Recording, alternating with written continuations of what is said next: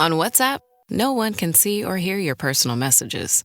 Whether it's a voice call, message, or sending a password. To WhatsApp, it's all just this. So whether you're sharing the streaming password in the family chat or trading those late-night voice messages that could basically become a podcast, your personal messages stay between you, your friends, and your family. No one else. Not even us. WhatsApp. Message privately with everyone.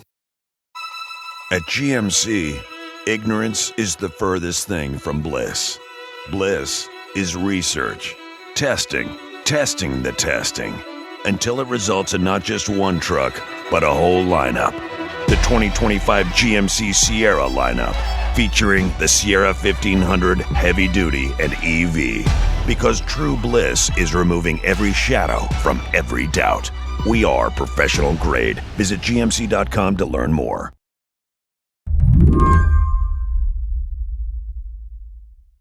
On Friday afternoon, Elon Musk and President Trump did a little farewell Elon press conference in the Oval Office. Because I don't know, I've been watching these numbers a long time. I don't think I've ever seen the trade deficit cut in half in 1 month.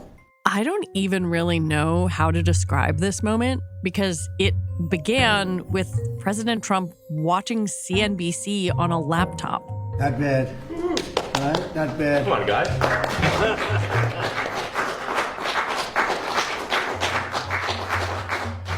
Anyway, the goodbye to the not officially head of DOGE show was Trumpian and grandiose and riddled with inaccuracies about what the DOGE cuts supposedly did. We're going to find it $8 million for making mice transgender. So they spent $8 million on making mice transgender. And those are better. Yeah, no, those were studies on the health effects of hormones. Elon gave an incredible service. Nobody liked him. And he had to go through the slings and the arrows, which is a shame because he's an incredible patriot.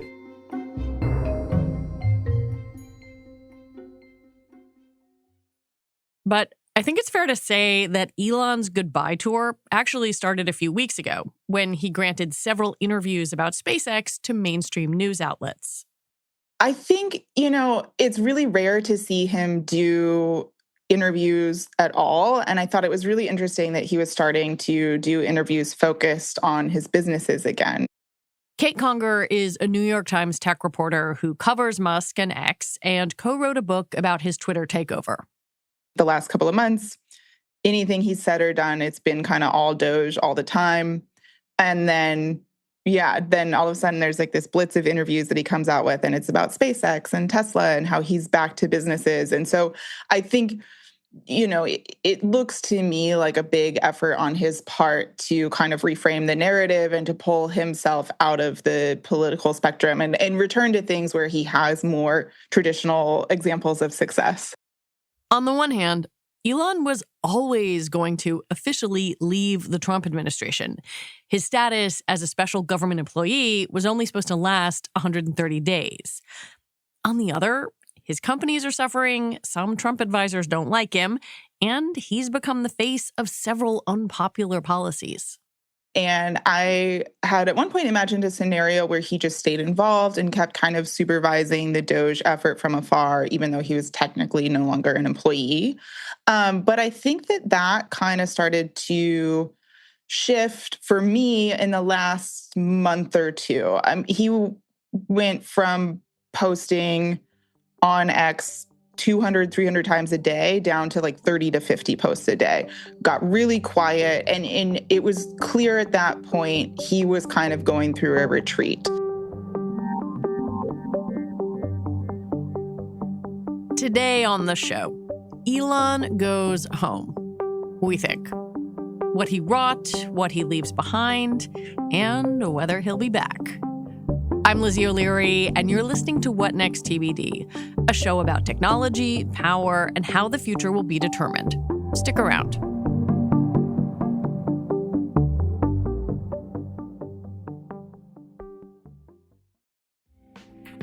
This podcast is brought to you by Progressive Insurance.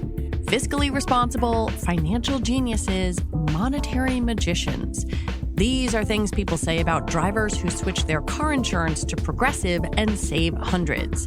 Because Progressive offers discounts for paying in full, owning a home, and more.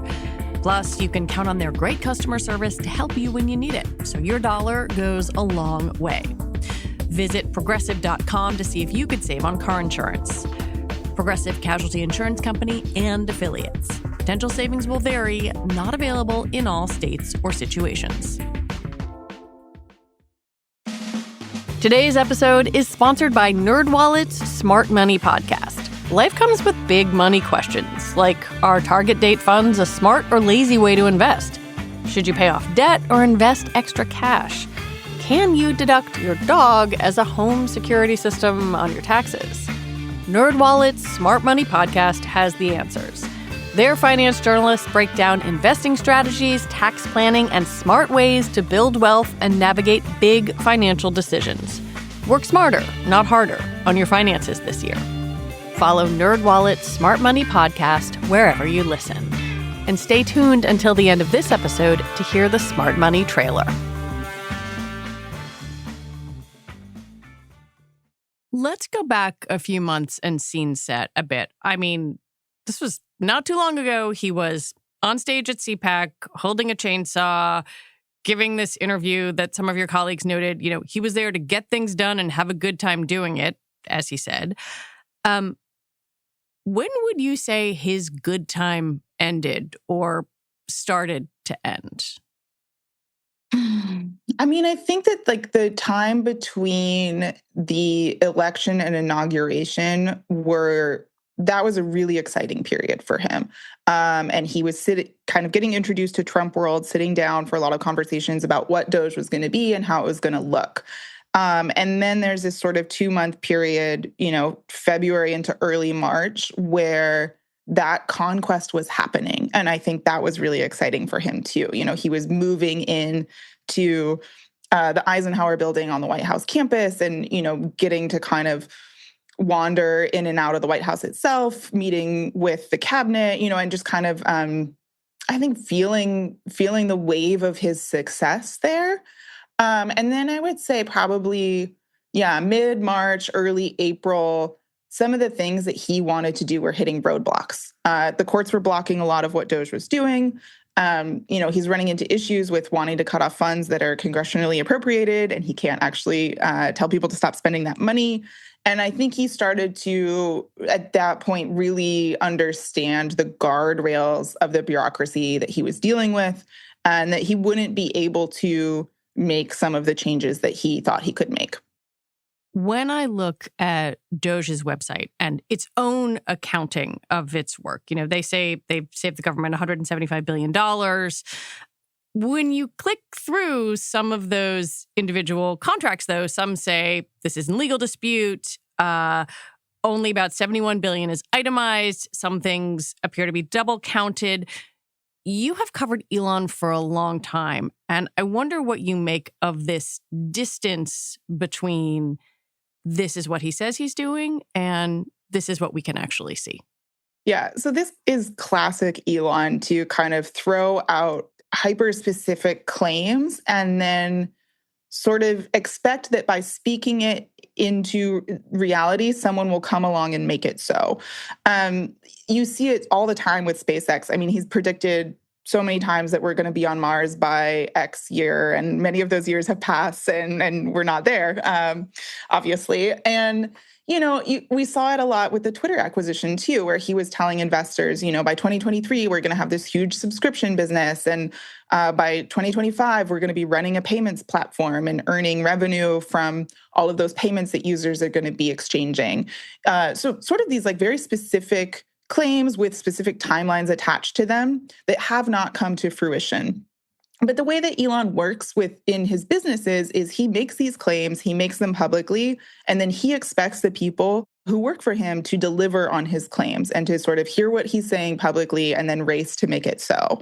And so I think that that's kind of what we're seeing with DOGE and their so-called wall of receipts, that he's wanting to, get to this number that he's benchmarked himself to, of 1 billion in savings or whatever. And everyone behind the scenes is scrambling to make the thing that he's said true.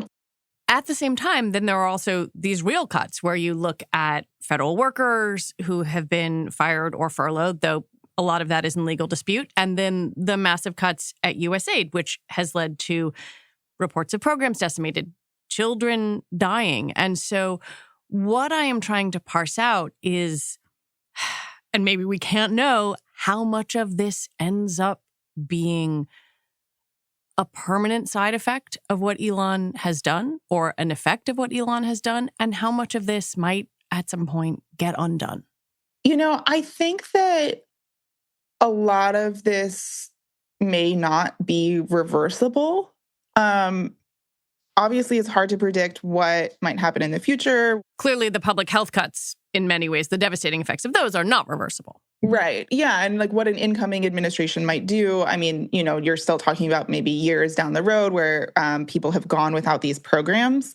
But I mean, I think I see a lot of parallels between his takeover of Twitter and his takeover of the federal government.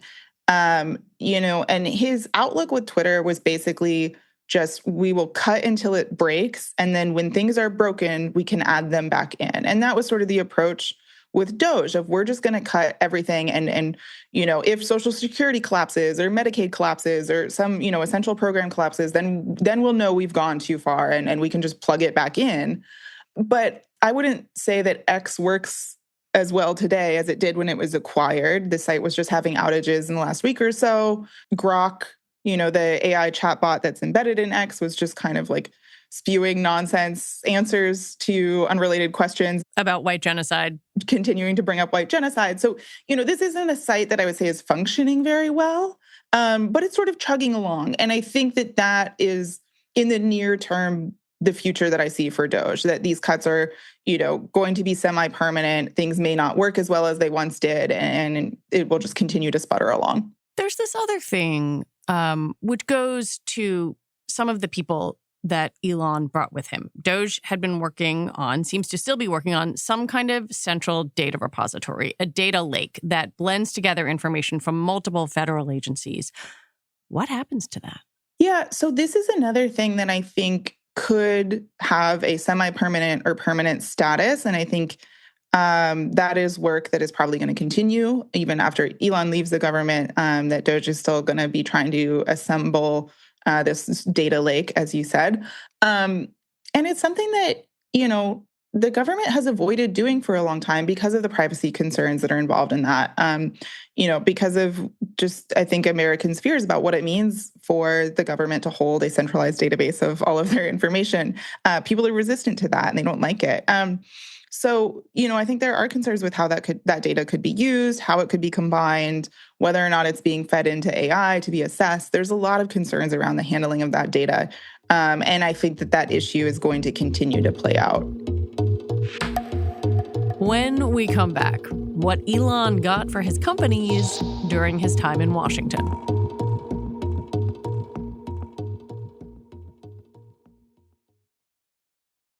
This episode is brought to you by Discover. It's smart to always have a few financial goals, and here's a really smart one you can set: earning cash back on what you buy every day. With Discover, you can. Get this, Discover automatically matches all the cash back you've earned at the end of your first year. Seriously, all of it. Discover trusts you to make smart decisions. After all, you listen to this show. See terms at discover.com/creditcard. Whether you're gearing up for back-to-back meetings or tackling an endless to-do list, your morning sets the tone for it all. That's why it should start with the perfect cup of coffee. Enter Trade. Trade makes discovering new coffee easy. Just take their quiz, answer 3 simple questions, and in no time you'll be offered a selection of coffees to choose from. I like a whole bean medium roast to make espresso and ended up trying one by Feast Coffee and Culture called Aya, with beans sourced from women-led farms in Guatemala. It was smooth, with milk chocolate, butterscotch, and hazelnut notes, making for a great everyday coffee. Trade's experts have taste-tested thousands of coffees to curate over 450 amazing roasts. So whether you're new to coffee or know your favorites, they'll handpick the perfect coffee just for you. Right now, Trade is exclusively offering What Next TBD listeners 50% off your 1-month trial at drinktrade.com/TBD. That's drinktrade, TRADE.com/TBD for 50% off your 1-month trial. drinktrade.com/TBD. This podcast is brought to you by Progressive Insurance. You chose to hit play on this podcast today? Smart choice. Progressive loves to help people make smart choices, and that's why they offer a tool called Auto Quote Explorer that allows you to compare your Progressive car insurance quote with rates from other companies, so you can save time on the research and can enjoy savings when you choose the best rate for you. Give it a try after this episode at Progressive.com. Progressive Casualty Insurance Company and Affiliates. Not available in all states and situations. Prices vary based on how you buy. You know, I want to talk about the personalities here because Elon, to be honest, lasted longer than I thought he would. There are a lot of big personalities involved here. What kind of relationship would you say he has with the White House and the Trump political apparatus now?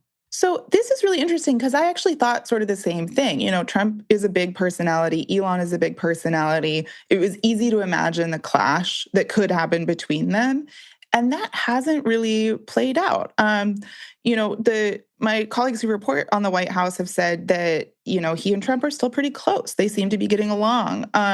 You know, Elon is also working very closely with other people in Trump's orbit, like Katie Miller, Stephen Miller's wife, who is now working with Elon and has been working with DOGE over the last couple of months.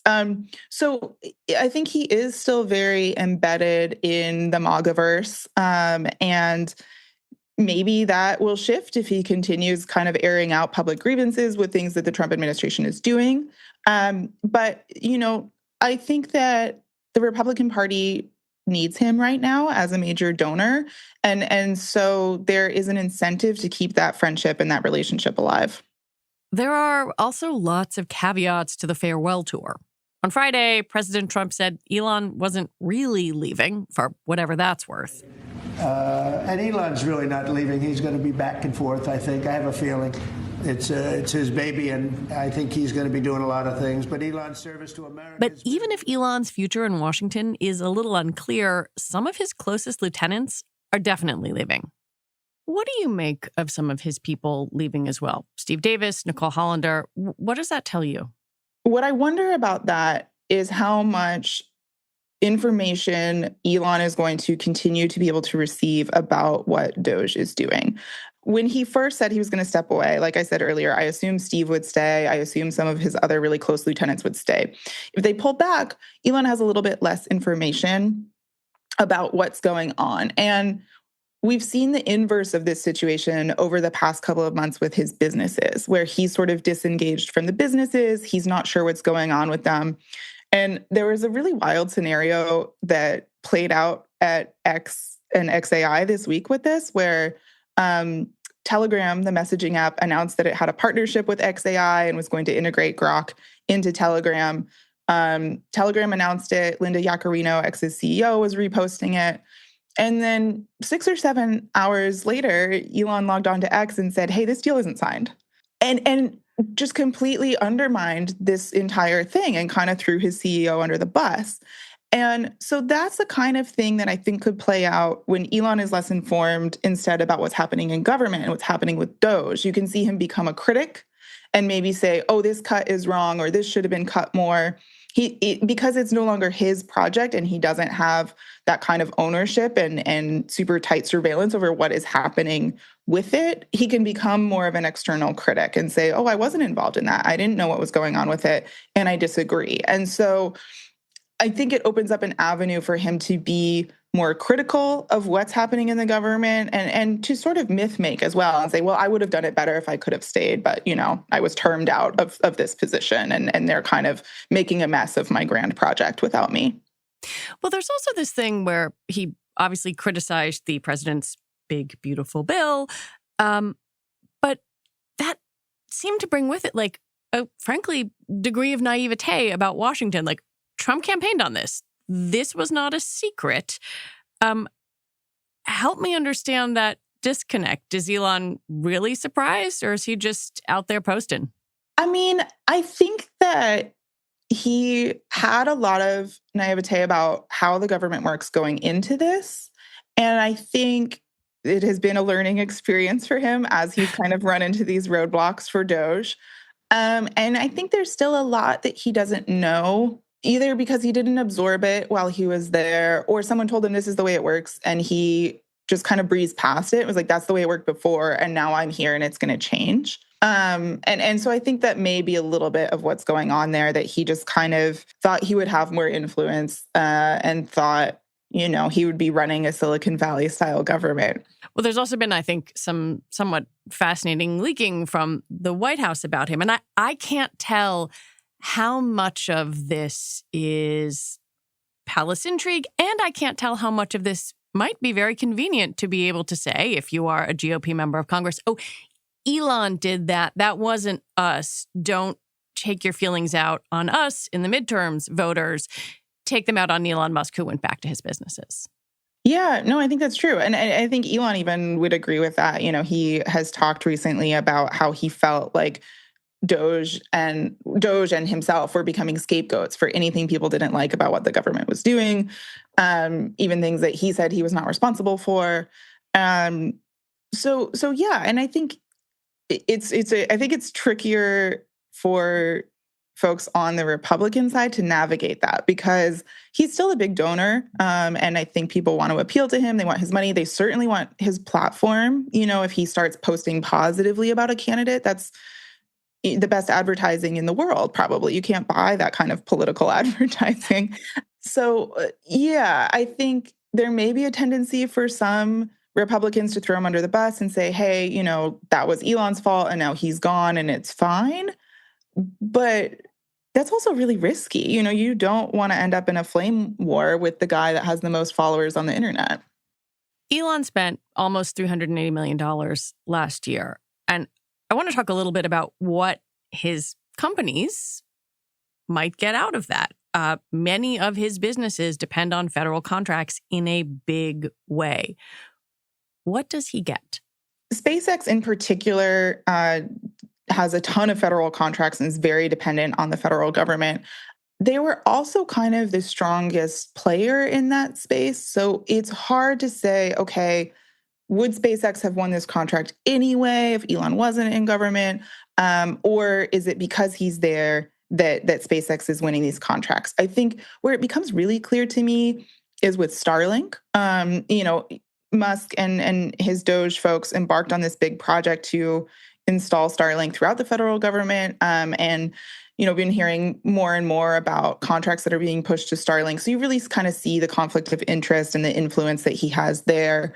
And, I think with Tesla, it's hard. Trump had this whole event on the White House lawn promoting Tesla, right? And that didn't seem to move the needle much for Tesla, actually. They came out with their earnings report a month or two ago, and, they are getting really hammered by the reputational damage that Elon is experiencing.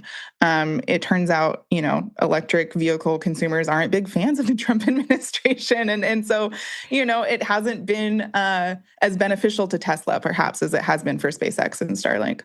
One of the reasons I wanted to talk to you is because you have followed his behavior so closely over the past few years. And often he exists in a world of his own making. There are these instances where he has confronted negative public opinion. I think of this moment when he was on stage at a Dave Chappelle show in 2022 during the Twitter takeover, and he gets booed. And there's an analog sort of to looking at public opinion shift on Tesla and DOGE. What does he do when people don't like him or speak negatively about him in public? There's a couple of things. You're like you said, he really doesn't like this. And with the Chappelle incident, it's so funny. So this is the first thing he tried to do was sort of spin it and say, oh, it was 90% cheers and 10% boos, and then he got made fun of for saying that and deleted the tweet where he said it.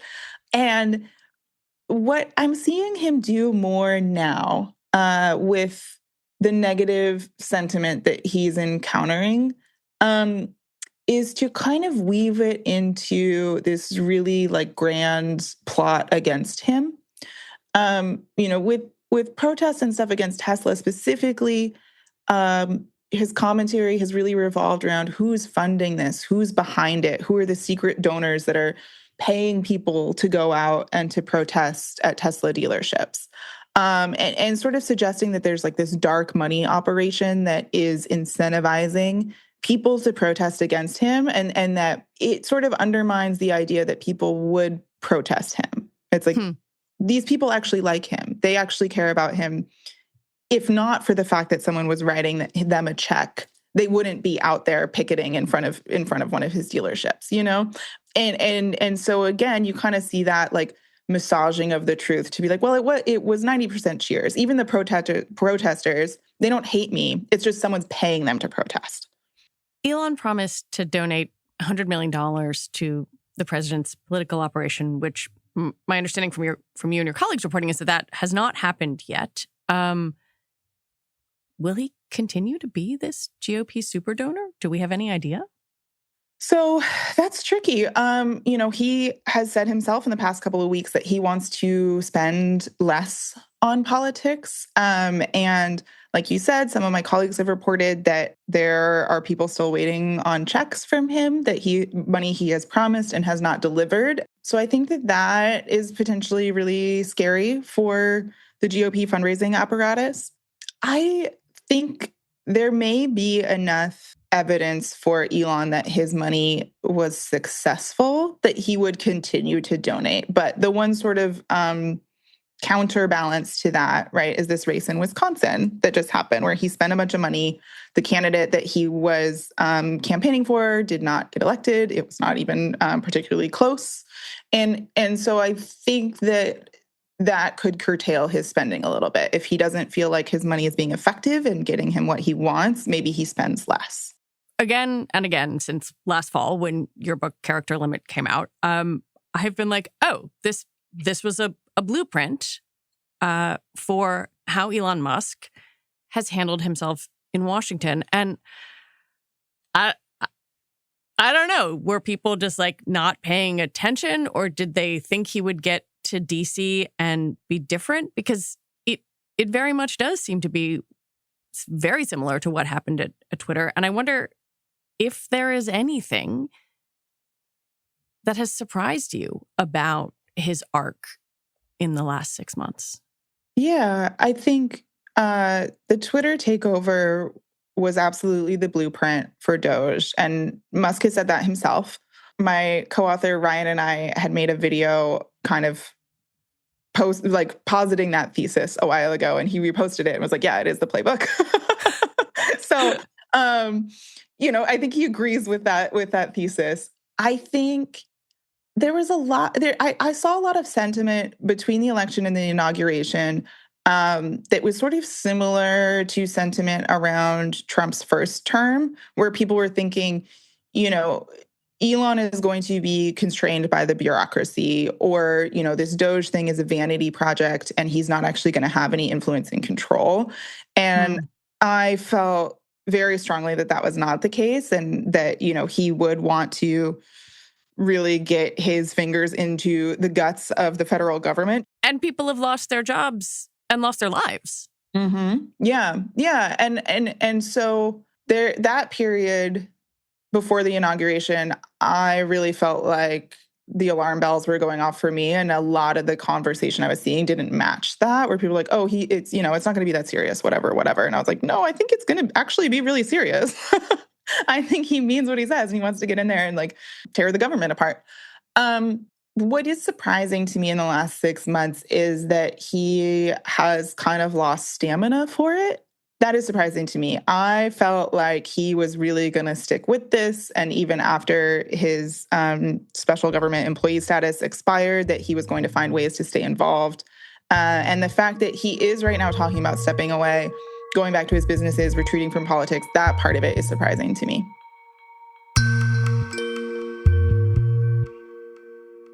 Kate Conger, thank you so much for coming on and for talking with me. Thank you so much for having me. Kate Conger covers technology for the New York Times and is the co-author of the book Character Limit: How Elon Musk Destroyed Twitter.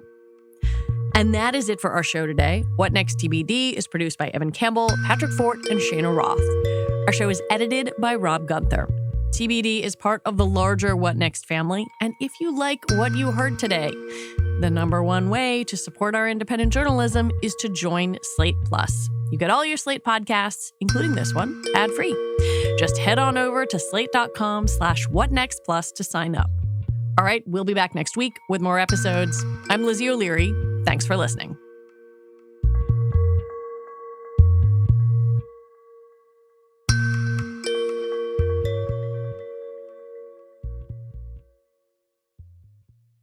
Today's episode is sponsored by NerdWallet's Smart Money podcast.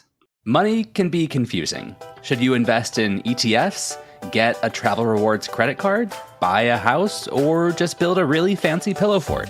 That could work. No shame in pillow fort game. Or you could just tune in for clear, research-backed financial insights.